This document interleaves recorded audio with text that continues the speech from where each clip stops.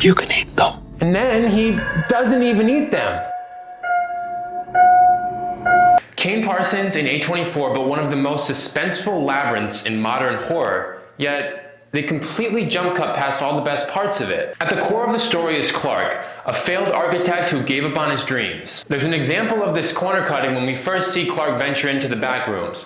He comes across an async bag full of potential exposition and decides to leave it behind, rather than wrap it around his body like a python. Coincidentally, when he leaves this bag behind, it's then written that it gets destroyed by the monster. Visually, this journey is a masterpiece. When Clark first falls through the wall and the camera goes wide, we really see just how small he is.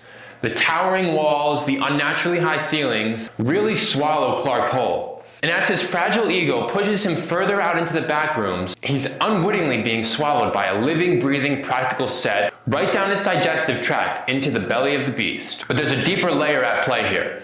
The mask. The Backrooms uses this inviting, if you can even call it that, bright fluorescent lighting to hide what's really lurking below. Clark wears his own mask. He plays the role of the confident explorer as a front for the failure he left behind in the real world. Both the man and the maze are using a clean aesthetic to hide a total lack of soul. As the danger ramps up, Clark's mask starts to slip. We learn just how cold and manipulative he really is. He recruits his own employees to go into a place he knows is lethal, just to be able to have the bragging rights of saying he's seen it all. This is the moment we learn Clark isn't a hero. He's a man who knows exactly what's hiding in the dark and is willing to let the world burn just to protect his own ego. His employee Bobby is purely written as bait, cast on a fishing line down a dark chute to see what's biting. As Clark is fully aware of, something's down there, and it bites. We get a tiny, sickening glimpse of the shadow side, the ugliness and distortion that this place is truly capable of, where the fluorescent lighting is not so inviting. But instead of leaning into that decay and showing us Clark's own mask finally shatter, we jump cut out of the rooms entirely.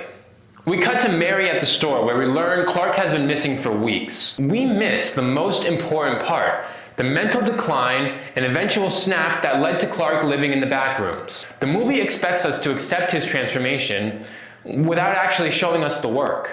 It's not until halfway through the film, at the dinner scene, where Clark claims he's found his home amidst the chaos, but by then, the film has already traded showing for telling. We see his other employee, Kat, reduced to a Walt Disney frozen head sitting in a fridge. Clark plates a chunk of his still life in front of Mary and delivers that ominous line, You can eat them. We're told the backstory, but never shown the reality, which is exactly why it's been panned as a walking simulator that limps its way into over-explaining its mystery because it's too afraid to show and not tell. I willingly paid to watch this film 3 times, so I like it a lot. It could have been an all-time classic if they weren't so afraid to push the envelope rather than open it and read what's inside. So look, A24, if you want us to feel lost, don't sit there explaining the map.